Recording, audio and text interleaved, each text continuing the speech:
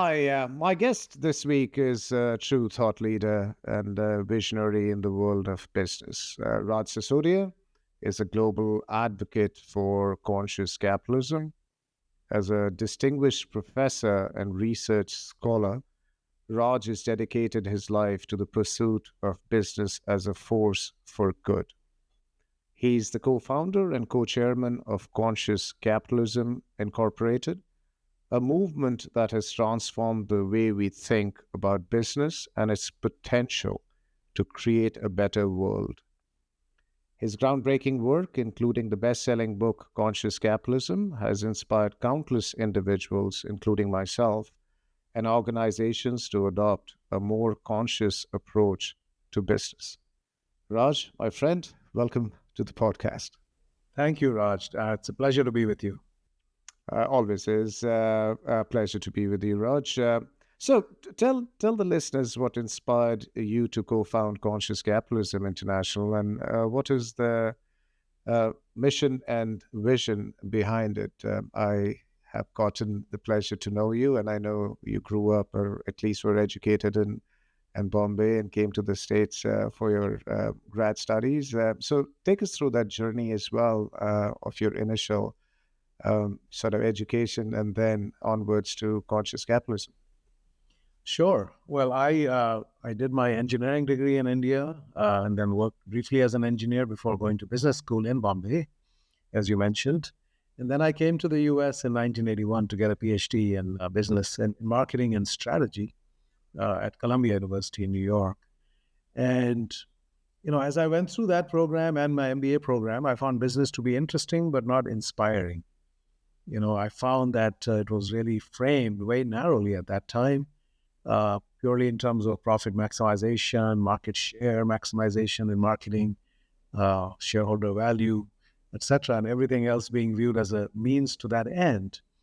And 1981 was the beginning of the decade that came to be known as the decade of greed. It was the beginning of Jack Welch's tenure as CEO of General Electric. He came to be identified as the CEO of the century, kind of iconic leader in many ways, but very much rooted in that shareholder value paradigm, right? It was all about creating more value for shareholders. It really didn't care about the impact on employees, on communities, on the environment, and so forth.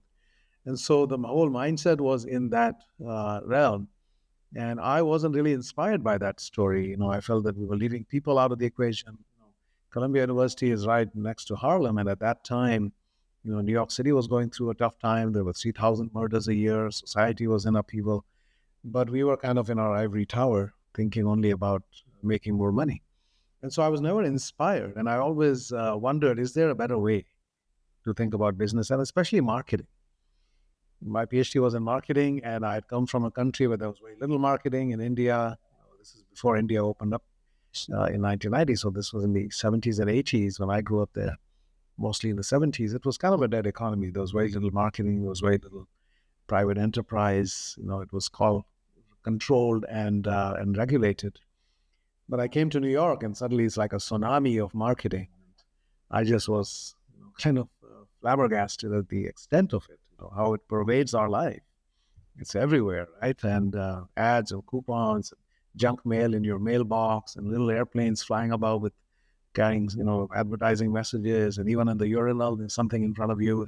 It's like, wow, this is like, it's like oxygen. It's everywhere. And so I started asking the question, what do we get for all of this? I mean, does it make sense? The amount of marketing that we're doing, how much are we spending on it? What is the impact of it? How effective is it? How efficient is it? And how ethical is it? And over time, so that became my research area: marketing efficiency, effectiveness, ethics, productivity. And I found the answer was almost uniformly negative, that for the most part, marketing was highly inefficient, highly ineffective, quite unethical in many ways, in terms of how we marketed to children, how we market using women's bodies to sell products, for example. A lot of research showing that that has a significant impact on young women, on eating disorders, body dysmorphia, depression, etc. Um, and so I thought there were consequences to the way we did marketing and the amount of marketing. It was shocking to me finally when I did the study in 2004 to quantify all of the different aspects of marketing and how much are we actually spending. It came to about $1 trillion a year in 2004. Now, that was more than the GDP of India. India had a billion people living on $700 billion a year. And here we were spending $1 trillion for 300 million people on ads, coupons, and junk mail. And I said, wow, what are we getting for customers, for companies, and for society? And the answer, as I said, was quite negative. I did a study on the image of marketing. I found 85%, 86% of Americans don't trust marketing. If it's marketing, that means it's not real. It's just marketing. It's not true, that kind of idea.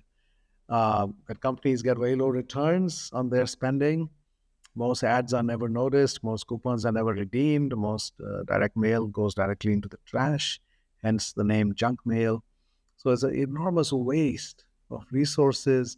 It's eating up people's attention span, which could be better used on other things. It's not making their lives better. It's leading to overconsumption, obesity, diabetes, all those things. We're getting people hooked on stuff that's not good for them.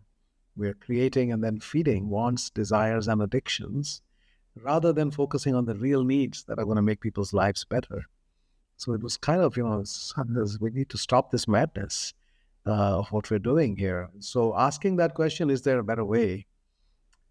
It turns out to be a profound question because the answer is always yes.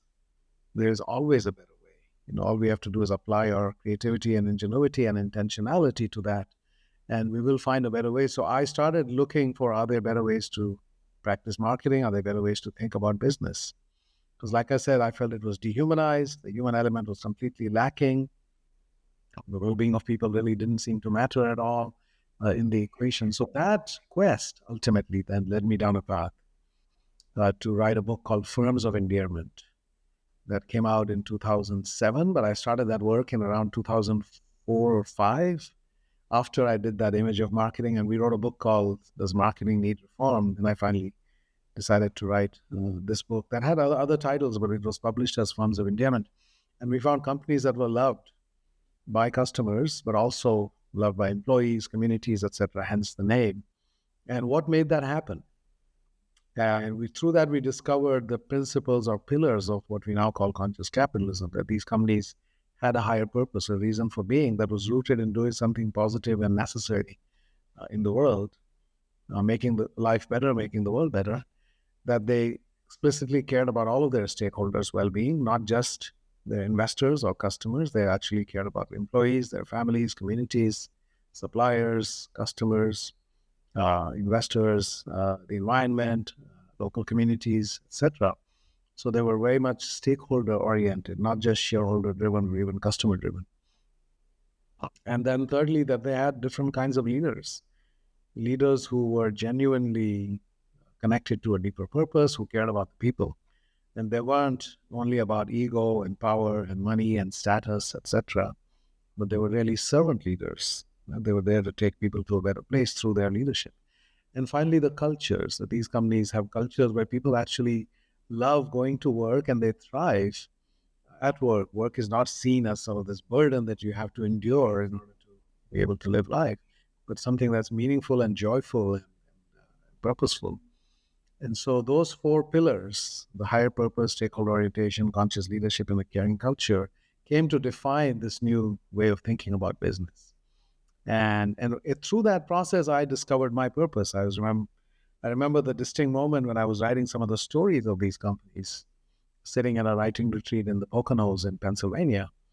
And I found myself suddenly with tears in my eyes. I don't know about you, Raj, but it was a new experience to experience tears of joy connected to my work. I said to my co-author, this is something unusual. My body is trying to tell me something, but this really matters to me. I've experienced, like most of us, anger, disappointment, frustration, having tears of joy because I was so moved by the stories of what these companies did for their people, for their communities, and so forth. I said, I want to tell this story of business. This is why I want this. I want this to be the primary purpose of my life now, from this day forward, to understand more deeply and then tell a story of business that is rooted in purpose and love and care and collective well-being and flourishing for everybody connected to the business. And so I discovered my purpose through that process. And the book came out, and one of the great positive surprises of that research was we did the financial analysis at the end of our research. We found companies that fit those four pillars: purpose, stakeholder, leadership, and culture. We found 28 of them, 18 public, 10 private for that book. And then we did the financial analysis at the end. Unlike many business books that start with a set of high performing companies and say what made them so, we started with a set of companies that actually were creating value for everybody and were loved by all of their stakeholders. And so now we said, okay, how does that translate into value creation for investors? Because we know that they're creating other kinds of value for customers, employees, communities, the environment. What does that mean for investors? And maybe that means investors get less because they're choosing to allocate resources in a different way.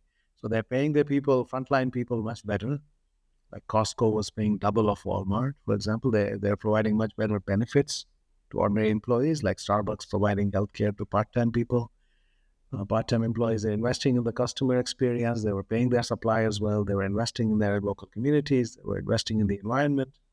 And they were even paying taxes at a much higher rate than average. 34% was the average tax rate.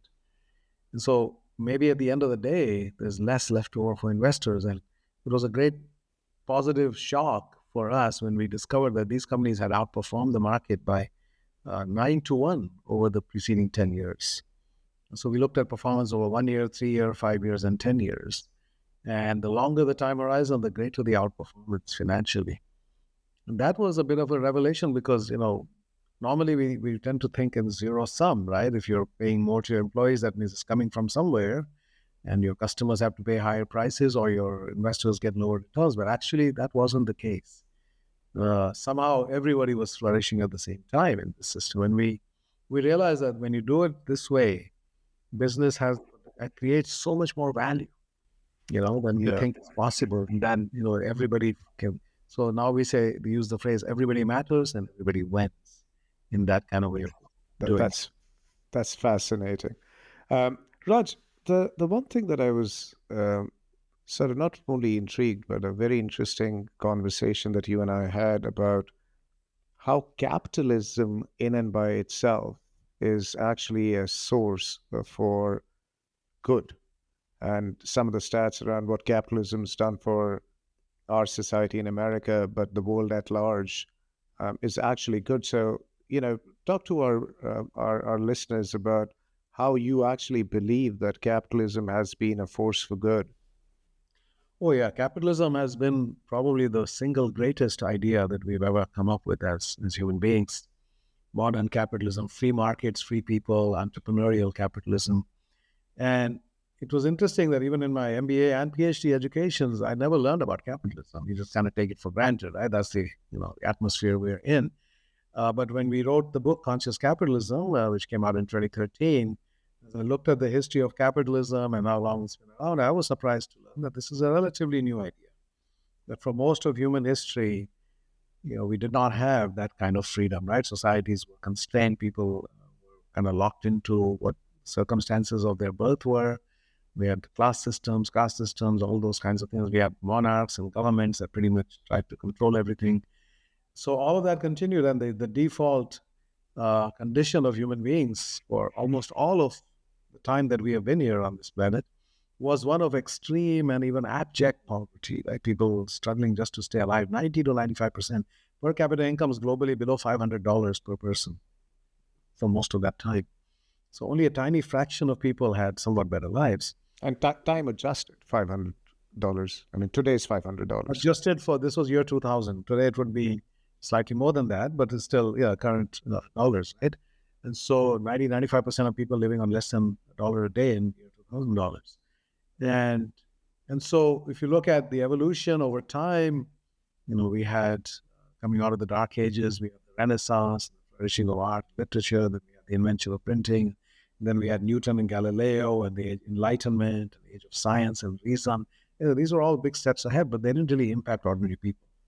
What finally changed were things that happened in the 18th century, starting in 1760 with the Industrial Revolution in Scotland, where we increased our productive capacity dramatically and made things more affordable for more people, and also somewhat higher paying jobs for people.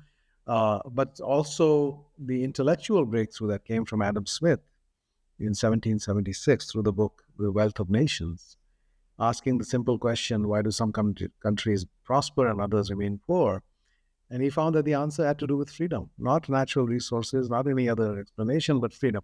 Society is rooted in individual freedom, where people are free to pursue their passions and then trade the fruits of their work with each other in a freely, unencumbered way. That those societies are the ones where prosperity would rise. People would sense and meet each other's needs. And and so that idea, the invisible hand of the market, allocating resources, setting prices, was revolutionary for its time. Today it seems obvious, but at the time it wasn't. So that was a big breakthrough. And then that same year, 1776, the US was born as an idea before it became a country. Right? The Declaration of Independence was 1776. The US actually became a country 10 or 12 years later. But the ideas were all rooted in freedom, religious freedom, economic freedom, political freedom. So you had now a laboratory or a place where these ideas of Adam Smith could actually be implemented. The technology of the Industrial Revolution, the ideas of free markets and free people, and then this oxygen of freedom that existed here. Not for everybody. It was the first society in the world where the common man was in charge of his own destiny by right of law, but it did apply only to men and only to white men, certainly not to the slaves or to the native population. But that combination was extremely powerful and enabled humanity to take off. So if you look at all the indicators over the last 200 plus years, everything has gone up more than exponentially, almost on a vertical trajectory. Per capita incomes have gone up about from 500 to about 15,000. So 30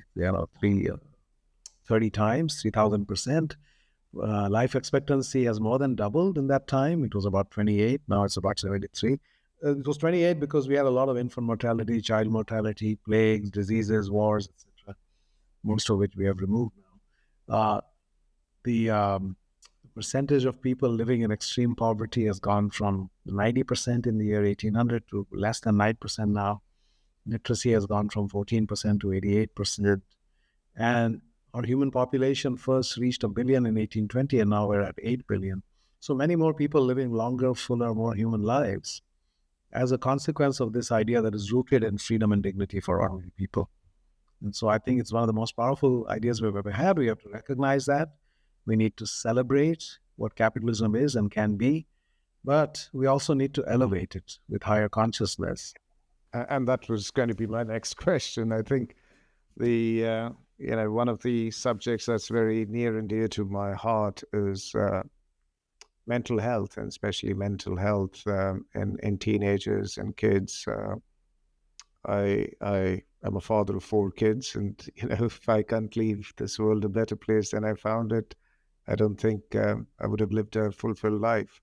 And and while capitalism, and of course the U.S. being the bastion of capitalism, the first country and probably still the most flourishing example of capitalism, at the same point in time, anxiety, mental health issues, depressions, trust issues, loneliness is at an all-time high.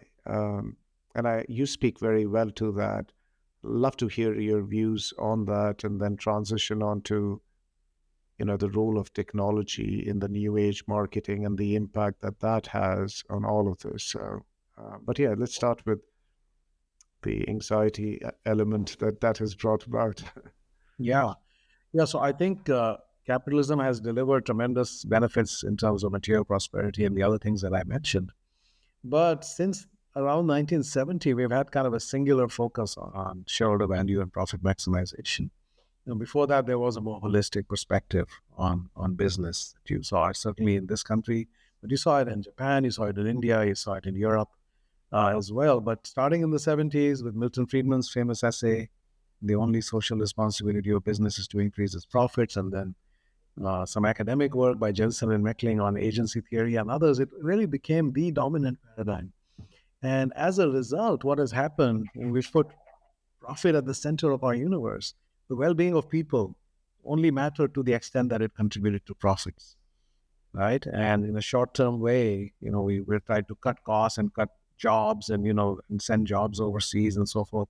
So the pressure became tremendous, and people started suffering. Sort of economic terms, worker pay has been flat for about 45 years in the US. Executive pay has gone up 1,000%. So that puts a lot of financial strain and stress. So we've created workplaces that are incredibly stressful. That has an impact then on what happens when people go home, what happens with their children. We've created a consumption-oriented consumer culture where we're constantly pushing things on people that do not contribute to their overall well-being and mental health. And so we have lots and lots of evidence of that. As we talk about rising rates of anxiety, drug addiction, depression, and suicide, we find 88% of people feel they work for companies that don't care about them as human beings. We find heart attacks are 20% higher on Mondays, that 120,000 Americans die from stress connected to work every year, that epidemic levels of burnout. Even in the healing professions, doctors and nurses are burning out and committing suicide at a much higher rate than the general population. So there's something wrong. The way we work isn't working. 600,000 Chinese die every year from too much work. The human cost of doing business in the way that we have done it is not acceptable or should not be acceptable to us. So we have to think of a better way. So my book, The Healing Organization, is all about that. That the way we think about business and practice it in the traditional paradigm is causing enormous suffering in the world. And it doesn't need to. It's not a given that we have to hurt people or damage their health in order to make money. Actually, the opposite can be true. We can flourish far better as businesses while we're helping our people also to flourish. That people can leave the workplace at the end of the day physically, mentally, emotionally, spiritually, and socially stronger than when they came in the morning. So it's all a matter of that absolutely, and I think that brings me to a pretty interesting thing that I've been talking to other business leaders. You just said workplace. I remember when a few years ago, workplace was you drove to it or took a public transportation to it. It was an office, a cubicle, or a workplace, and then you left it. And it was sort of a palate cleanser mentally that you're going home now. With majority of us, having spent at least 2 years of our lives working from home, those boundaries have sort of gotten muddled a little bit, and access to information at all times has led to longer working hours, and you almost never switch off work. And you do that to us adults, and we of course react in a manner. However, the constant stream of information available to teenagers, for example, right, which again the cause that I keep coming back to, the dopamine effect of getting a like, versus the sort of chemicals that drive happiness, that's sort of as a consequence of a hug. The hugs have left, and the likes have exactly have sort of replaced them. And in the absence of that, it causes a lot of loneliness and anxiety.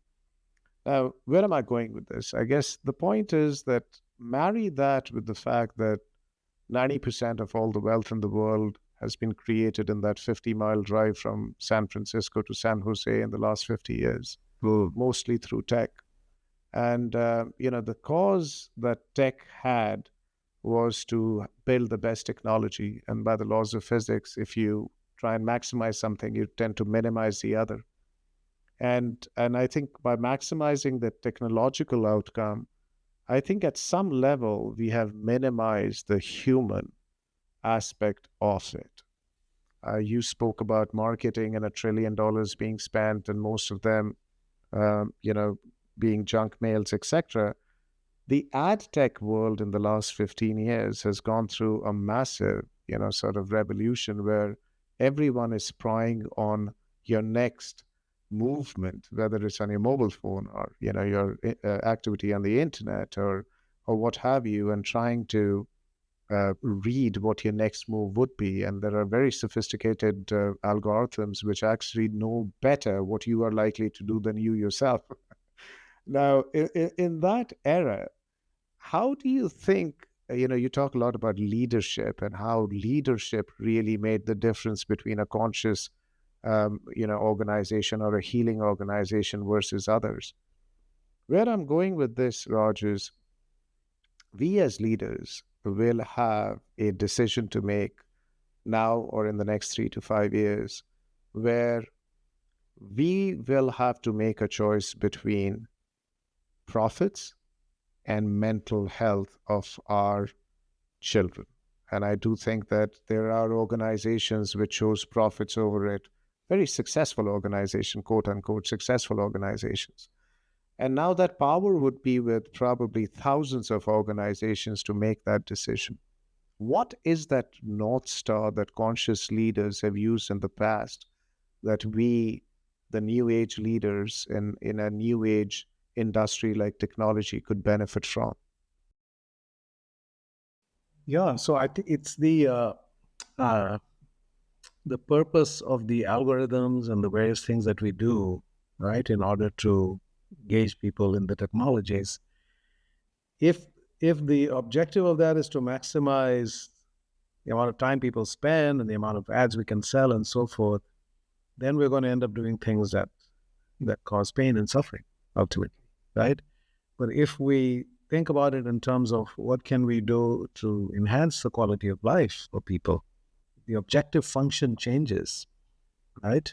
We do what is in the best interest of the users, of our employees, of all of our stakeholders, and find out, create a business model around that. I think that's what we have to move towards. Otherwise, it's just a reflection of the profit maximization mindset that we're simply trying to create addictions and feed those addictions, and we're not looking at the long-term consequences on the well-being of people. So I think we have to change the fundamental definition of what is it that we're trying to do and align what's good for the user with ultimately what's in the company's best interest as well. I'm a believer that if you do the right things and the right outcomes will follow, that it's not necessarily a given that your profits have to go down. If you adopt that kind of a mentality, if you create genuine value for people, and if you really enhance the quality of their life through your technology, then I believe that there's ways to capture that value for the company as well.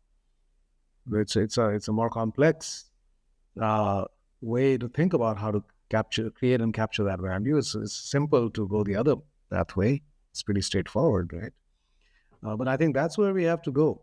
The consciousness with which we deploy and apply these tools has to be geared towards the well-being and flourishing and enhancing the quality of life of the people who are being impacted by that technology. And if it is not, then it's not acceptable. You have to make the human case before you make the business case. And once you make the human case, then you figure out a business model that allows you to flourish in terms of profits and growth, etc. But I think that is, to me, the direction that we have to go in. Yeah, and I do think that, one of the things that you talk about is servant leadership and all the organizations that you studied that were, I'm paraphrasing, but healing organizations or conscious organizations. It started from the top and then sort of trickled down. It's the challenge that we see our customers facing or organizations facing is that a lot of information is is with people who are 3 levels below the CEO, which can actually be information that could do damage to the stakeholders or the end customers. And sometimes decisions get made at a level where CEO may or may not be involved. All right. And I would believe that I believe in goodness in people. So I do think that people aren't necessarily evil. How do you essentially, in an organization, set a culture of what is acceptable, not acceptable, what is good and what isn't? I mean, we of course know the basic tenets of it, but in this age of modern data and the age where a lot of uh, autonomy and empowerment is at levels below the CEO, any thoughts as to how a pervasive value purpose culture could could empower decision making a few levels below the CEO? Yeah, I think that's a very important element of a conscious business. So the phrase I like is that a handful of shared values are worth more than 1,000 rules. So if we are very clear about what are our values, what is non-negotiable, what do we stand for, what are the things that we're going to create for our customers and other stakeholders, and how, and if those are not only known but those are enforced, right? That we cannot violate these norms, that these values are sacrosanct. Then that becomes a clear indicator to everybody. Any action that you're taking has to be looked at through the filter of those values. Is it actually doing that? Is it accomplishing those things? And if not, then you don't do it, even though you might have a business case for doing so. Right. So I think that is something that has to become, a lot of companies have values on the wall, or most people can't even remember what they are. But I think those have to live and breathe in people's minds and hearts, and they have to be uh, guidelines or beacons for decision making. Every decision. So the purpose and the values of the organization have to be reflected in decision making at every level. You know Really. what? And people have to be free to call out when that's not happening, when there's a gap between actions and what we say, what we stand for. Yeah, I know. It's just, one of the things that I heard was culture is how people make decisions when you are not in the room, and I think that becomes a very important tenet of an organization. And again, culture is what you promote, practice, and most importantly, permit. And I do think that that is going to increasingly be the North Star that we would have to all align towards. But as you know, I really enjoy your thought leadership on these things, and this has never been practiced between the two of us. But there's been a few things that I have. I'm being open, risking, and vulnerable.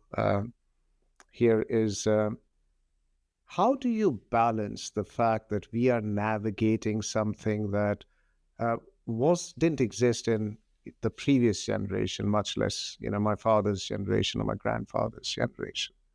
Marry that with the cancel culture, which is very very prominent in the corporate world and in the social world as well, where some of the leaders almost are shy of being open, risking, and vulnerable because the backlash could just be immense, and even when you're well intentioned, the stratosphere and the Twitter sphere can just absolutely destroy a well intentioned move.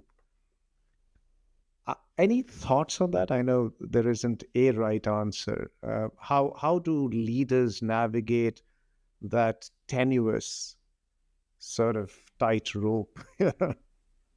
Yeah, and I think it goes back again to your purpose and your values, which if you've clearly articulated them and they are meaningful and you live by them, then when things happen in the world which conflict with those values, then I think you have a duty to speak out about that, right? Because this is who we are, this is what we stand for, right? And therefore we take a stand, right? So many companies shy away from so-called political things, but these are all issues in society that we're collectively grappling with. And so you don't wade into the political arena for its own sake, but if there's a value that you hold dear and you have, though it's a pre-existing condition, it's in our eyes today. This is something we believe in, and our people believe in it, and this is what our company is about. And we have, as a company, all of us, every company, like every individual, can choose their purpose and choose their values and live by those. So I think standing up for those is important, right? I think companies, in a way, are citizens as well of the societies in which they operate. For example, speaking up about democracy. We believe in democracy, right? And therefore, things that are anti-democratic are things that we would speak about, right? So I think there's my friend Rebecca Henderson at Harvard Business School has written about democracy and capitalism, how businesses need to, in fact, speak up in defense of democracy when that feels threatened, because that's an important value for all of us. So I think, likewise, other values that are unique to every company, we should identify them so that it becomes a North Star, as you said, that gives us clarity as things come up in the world as to how do we respond to that. Right. And then, let the chips fall where they may. There are people who are going to use that, as a reason to leave, and that's okay. There are others who will choose to come because of that. But I do believe that we have to stand up for our values. That's why moral courage is becoming such an important thing for leaders. Being willing to do the right thing even when it's hard, when there's backlash that you're seeing from some relatively small but very vocal, very loud players out Yeah, you're talking about being vulnerable. I can't wait for your latest book to come out. there. It That came out is. yesterday, actually. Oh, it did. All Yeah. right, I'm still waiting for my copy in the mail. It's actually called All Awaken, right. Oh, wow. the path to purpose, inner peace, and healing. And like I said, it's a very personal book. It's about my own journey. And I've been very open and vulnerable in this book as well. I think we have to be, and especially for leaders, unless you do that work and you look inward and understand what needs to be healed, you really can't be a healing force in the world without working on your own healing. So it starts with healing yourself. And I think that's part of the journey that I describe in this book. Tell us a little bit about it. I know it, but I think our listeners could benefit from that and some of the examples that you use in that book that you and I spoke about. Yeah, so the subtitle is The Path to Purpose, Inner Peace, and Healing, right? So it's about how my life story unfolded, how I made sense of things looking back, why I experienced certain things, why I grew up in a certain culture, a certain kind of family, a certain kind of parents, etc., and what that meant in terms of how it shaped me, and what are the things that I needed to learn from that. What are some of the painful lessons, some of the traumas that I experienced between me and my father, for example, some traumas that happened in my family of origin in India, and how to heal from those. Because if you don't heal from those, you actually end up inflicting suffering on others because you don't even recognize why you say and act, the way, speak and act the way that you do, right? So addressing those, right, as we say, you have to reveal it and feel it in order to heal it. And without healing it, you will end up, we become victims of victims, right, for each other. So what was that healing journey? I talk about 7 steps. You have to know yourself. You have to love yourself. And that's a big leap for a lot of us. Even if you know yourself, a lot of people in this world really hate themselves because they have all this negative self-talk and the messages they may have received from their parents and others. But you have to get to a place of self-regard, self-appreciation, self-love. Be yourself, right? We are all meant to bring something unique into the world. And what is that gift that we came with? You have to choose your life, not be a victim of things that happen, but actually be able to learn and grow from those things. To go back and say, I choose to be born there because that's what it gave me. And for example, I was born into an extremely hyper-masculine, patriarchal, feudal culture in India, the Rajputs, the warrior class. And I experienced and saw a lot of that energy around me with my grandfather and my uncles and my father, etc. And it was painful, but I had to go through that so that 50 plus years later, I would write a book about the feminine, called Shakti Leadership that I wrote 7 years ago. So again, things that happen ultimately show up in your life. So I'm now grateful because I had those experiences so that I could bring that into the world. And that's part of my journey here.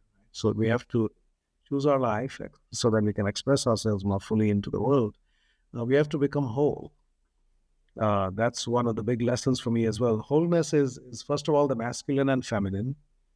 As Carl Jung said, every man has an inner woman, every woman has an inner man. So we have to integrate the best of those. We've lived in a world where it's been all about the masculine, right? Men dominating every aspect of society, and that hyper masculine energy now becoming the driving force. And that has led to a lot of suffering in the world. I think that's the primary cause. So we have to elevate the feminine. That means more women, but also connecting to the feminine energy that exists within all of us. So that wholeness. And in my case, I had parents who were polar opposites. My father had only masculine energy, no feminine. My mother had only feminine, no masculine. And that's not healthy for either of them because then it becomes hyper masculine, hyper feminine. How do I bring the best of both of those? How can we all bring the best of both of those together? The mature, healthy masculine with the mature, healthy feminine together. So you have great personal power and you have unconditional love coming together. Often those things don't go together. And so becoming whole is a key element. And then the last one is healing yourself. As I said, recognizing your wounds and your traumas. Most people don't acknowledge them. They minimize them. They say, well, this is not a big deal compared to somebody who went to Afghanistan or Iraq or was a first responder, right? My trauma is pale in comparison, but actually they're all very real. Life is hard, and all of us go through significant things in our lives that really get imprinted on our psyches and then cause us to be reactive. Again, as Carl Jung said, until you make the unconscious conscious, it will govern your life and you will call it fate, right? You're not actually in charge. You're not driving your own car in a way. So surfacing those and then figuring out how do we heal from those troubles. And that's, Yeah, go ahead. and if I may, you talk about your father putting a gun at you. Yeah, this was one of the most traumatic things, a memory that I erased for 30 years, but because I wanted to marry somebody of my choosing, and he was adamantly opposed to that. This was the feudal, mindset that he carried. He first threatened to kill himself. When that didn't work, he pointed a gun at me, right? And it's a pretty traumatic thing, you can imagine, for your father to do that, right? So it took me, as I said, I erased it for 30 years, and then I had to come to terms with it and figure out a way to heal and a way to, in a way, move to, I went from anger and bitterness towards my father to forgiveness, and then kind of acceptance, and then understanding, and then empathy, and ultimately compassion for him, right? Because, his father was even harsher with him in many ways than he was with me. And so he was kind of victims of victims, right? So without healing that, you're kind of handicapped, right? You're reactive in life. You don't actually know why you get triggered by certain things.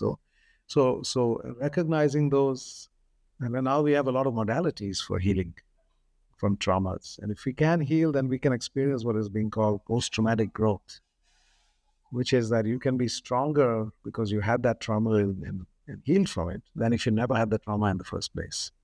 And then you can be a source of healing for others, to help people dealing with those kinds of things. So that's kind of the journey that I think we can all be on. All of us are on, unconsciously or consciously, and this book is trying to make it conscious.